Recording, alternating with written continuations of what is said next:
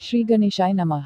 नमस्कार मित्रों, मेरा नाम है ज्योति। एस्ट्रो तत्व चैनल पर आपका अभिनंदन है। और अभी तक आपने चैनल को सब्सक्राइब ना करा हो तो कर ले, जिससे आपको अपडेट मिलते रहे। आज इस वीडियो के माध्यम से हम सभी जानते हैं नक्षत्र, 27 नक्षत्रों के नाम व उनकी विशेषताएं। आज का नक्षत्र आश्लेषा नक्षत्र। वैदिक ज्योतिषी के अनुसार नक्षत्र पंचांग का बहुत ही महत्वपूर्ण अंग होता है। भारतीय ज्योतिषी में नक्षत्र को चंद्र महल भी कहा जाता है। लोग ज्योतिषीय विश्लेषण और सटीक भविष्यवाणियों के लिए नक्षत्र की अवधारणा का उपयोग करते हैं। शास्त्रों में नक्षत्रों की कुल संख्या 27 बताई गई है। तो आइए जानते हैं इन नक्षत्रों के नाम और उनकी विशेषताओं के बारे में विस्तार से।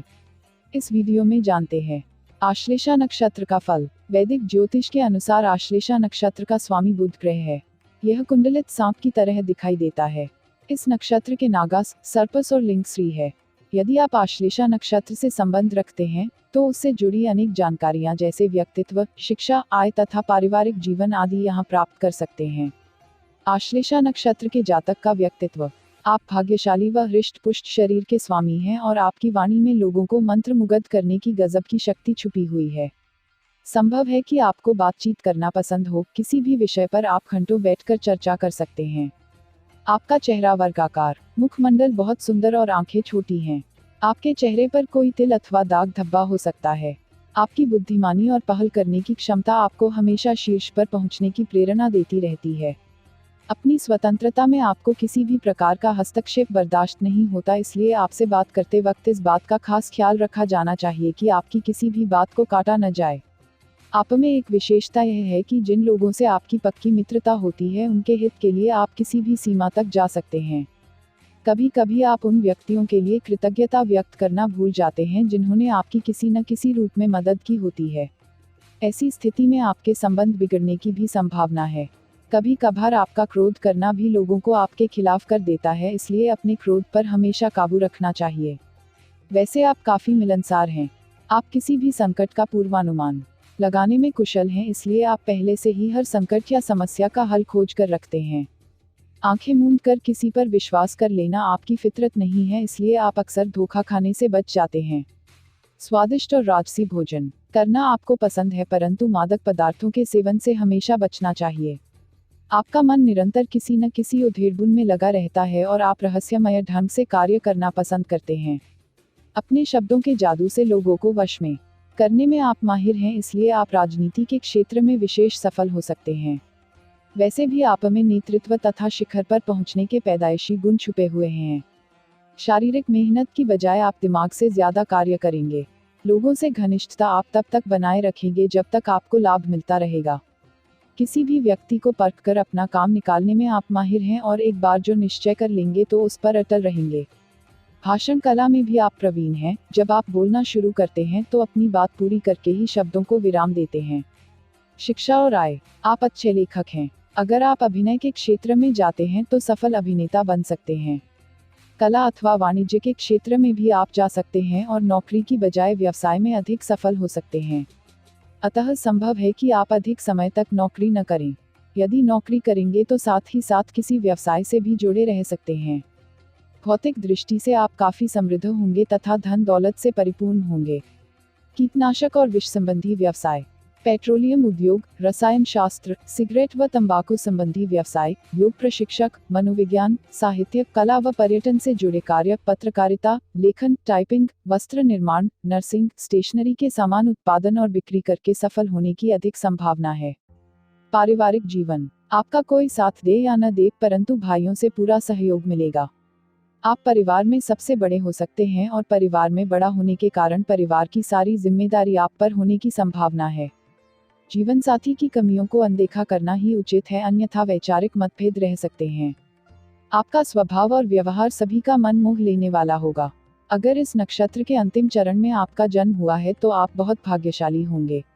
नक्षत्र का पौराणिक महत्व जानते हैं और हमारे बनाए हुए सभी 27 नक्षत्रों वीडियो आप एस्ट्रो तत्व चैनल पर देख सकते हैं। पुराणों में इन 27 नक्षत्रों की पहचान दक्ष प्रजापति की बेटियों के तौर पर है। इन तारों का विवाह सोमदेव अर्थात चंद्रमा के साथ हुआ था। चंद्रमा को इन सभी रानियों में सबसे प्रिय थी रोहिणी, जिसकी वजह से चंद्रमा को श्राप का सामना भी करना पड़ा था। वैदिक काल से ही नक्षत्रों का अपना अलग महत्व रहा है। पुराणों के अनुसार ऋषि मुनियों ने आसमान का विभाजन 12 हिस्सों में कर दिया था, जिसे हम 12 अलग अलग राशियों जो है मेष, वृष, मिथुन, कर्क, सिंह, कन्या, तुला, वृश्चिक, धनु, मकर, कुंभ, मीन के नाम से जानते हैं। इसके और सूक्ष्म अध्ययन के लिए उन्होंने इसको 27 भागों में बांट दिया, जिसके बाद परिणामस्वरूप एक राशि के भीतर लगभग 2.25 नक्षत्र आते हैं। अगर देखा जाए तो चंद्रमा अपनी कक्षा पर चलता हुआ पृथ्वी की एक परिक्रमा को 27.3 दिन में पूरी करता है। वैदिक ज्योतिषी के अनुसार चंद्रमा प्रतिदिन तकरीबन एक भाग या कहे कि एक नक्षत्र की यात्रा करता है। ज्योतिष शास्त्र में सही और सटीक भविष्यवाणी करने के लिए नक्षत्र का उपयोग किया जाता है। नक्षत्र द्वारा किसी व्यक्ति के सोचने की शक्ति, अंतर्दृष्टि और उसकी विशेषताओं का विश्लेषण आसानी से किया जा सकता है और यहाँ तक कि नक्षत्र आपकी दशा अवधि की गणना करने में भी मदद करता है। लोग ज्योतिषीय विश्लेषण और सटीक भविष्यवाणियों के लिए नक्षत्र की अवधारणा का उपयोग करते हैं। भारतीय ज्योतिषी में नक्षत्र को चंद्र महल भी कहा जाता है। वैदिक ज्योतिषी के अनुसार नक्षत्र पंचांग बहुत ही महत्वपूर्ण अंग होता है। नक्षत्र और राशि के बीच क्या अंतर है, ये समझना बहुत जरूरी है। यदि आप आकाश को 12 समान भागों में विभाजित करते हैं तो प्रत्येक भाग को राशि कहा जाता है, लेकिन अगर आप आकाश को 27 समान भागों में विभाजित करते हैं तो प्रत्येक भाग को नक्षत्र कहा जाता है। जैसा कि हम सभी जानते हैं कि आकाश किसी भी वृत्तीय आकार की तरह 360 डिग्री का होता है। अब यदि हम 360 डिग्री को 12 भागों में बांटते हैं तो हमें एक राशि चिन्ह 30 डिग्री के रूप में प्राप्त होता है। इसी प्रकार नक्षत्रों के लिए यदि हम 360 डिग्री को 27 भागों बांटते हैं तो एक नक्षत्र 13.33 डिग्री लगभग के रूप में आती है।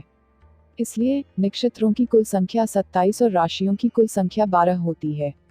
अगर देखा जाए तो नक्षत्र एक छोटा सा हिस्सा है और राशि एक बड़ा हिस्सा होता है। किसी भी राशि चिन्ह में 2.25 लगभग नक्षत्र आते हैं।